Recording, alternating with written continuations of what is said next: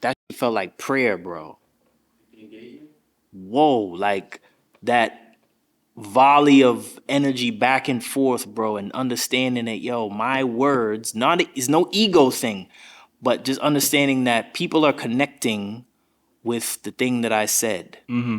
Each individual in the room is experienced, they're having their own individual experience off the thing that I'm saying, and I didn't have none of them in mind when I wrote it. Yeah. Right?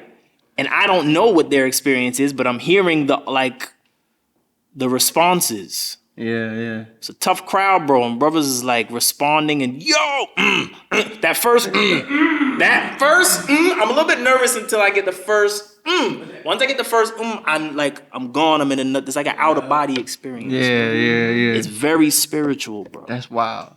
That's why I make the sacrifices that I was telling the homie the other day. I'm like, yo, bro, the only other thing I would make the type of sacrifice I'm making for right now is if I had a child, bro. I would not be doing like the spiritual shit is like the only other thing beside my offspring. Yeah.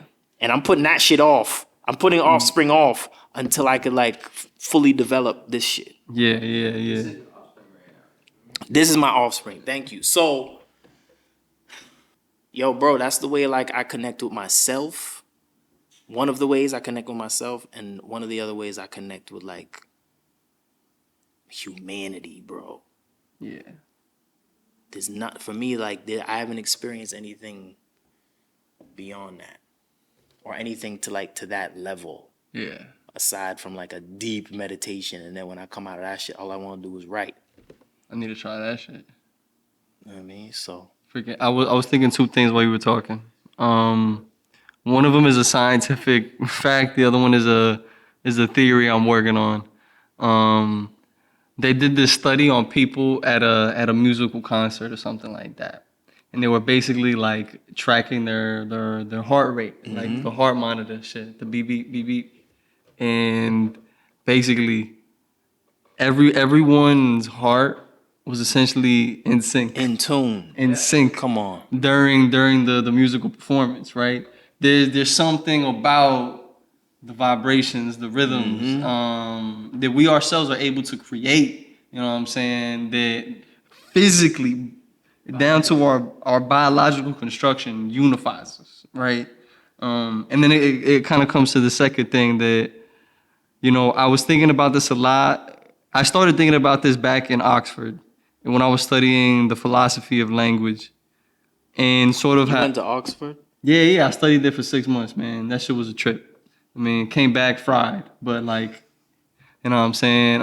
You just said that shit like it was a Tuesday, bro. Like I was in Oxford and yeah. We've had to get going on that. yeah. You know what I mean? Yeah. That was neat though, what you did. Just Like that? yeah, skim over. The finesse. That was good. You know, I almost missed it. I'm like, did he say? Maybe he meant something else. Man, was he talking about Oxford, Ohio? Right, Oxford. Okay, I'm with you. My fault. No, you good, man. That's something that I had to confirm, brother. No, I feel you. It was actually funny. I told my boy, it was like, yo, bro, I'm finna study at the hardest university in the UK. He was like, where you going, Oxford? And I was like, yeah. And he was like, yo, oh shit.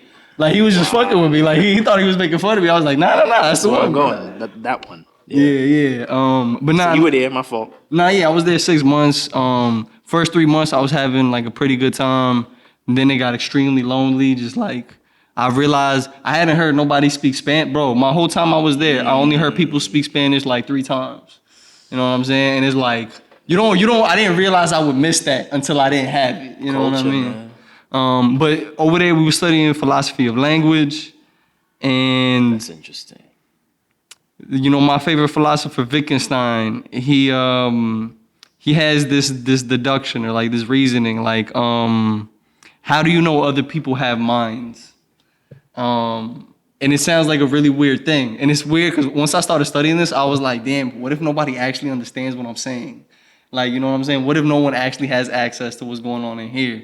And it's like, the way he disproves it is that, of course, we can see our minds through our bodies. You know, if I'm sad inside, and I'm crying, Like what I'm doing on the external is an indication of what's going on the internal. And the fact that I can deceive you about how I'm feeling on the internal is further proof that I can communicate the internal through the external. And it's like the reason why our development as a species has gotten us to where we are, it all comes down to our use of language and our ability to externalize our internal world, by using words, right? And it's like, it's really like churches that the sermon the pastor gives is a religious, it is a spiritual experience. Yes, by virtue of, the worship of a higher being, but the conduit of that experience is our language. You know what I'm saying? The music. The music, right? Yeah. Art is a spiritual experience. You know what I'm saying? Not because we are necessarily worshiping a higher being, but because we are putting our spirits in unison. You know what I'm saying? Yeah. That's interesting. So there's two things you said, and I've talked about this before with you, about like solitary confinement, and that to the question that you were just exploring, like, how do we know that we have minds, right? And like, it's magnified in when you have no like human contact with anyone. You can't see anybody else, talk to anybody else. It's difficult for me. I have no reminders of like who I am. Yeah. Because I don't see the opposite of that. I don't see different iterations of that. I don't see things I can relate to outside of me. It's like, you lose connection with reality. Yeah. You can. You lose the I when you lose the other. Exactly. And then I was also thinking about in that space, like, okay, so the other day I was in Bill Ricker with the young men in there.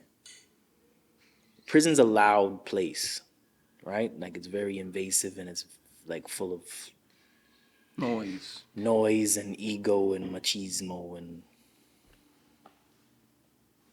but when it gets quiet, it's almost like you can anticipate something's about to go down. Yeah, like the storm's coming.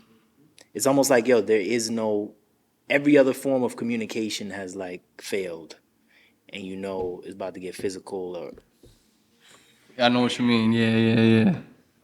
as soon as it gets quiet, it's like, it's either, where my folks at, or I don't want to be here, I'm getting the fuck out of here. But it's like, you don't need a question, what happened? Why did it, like, what's about to happen. Heal myself.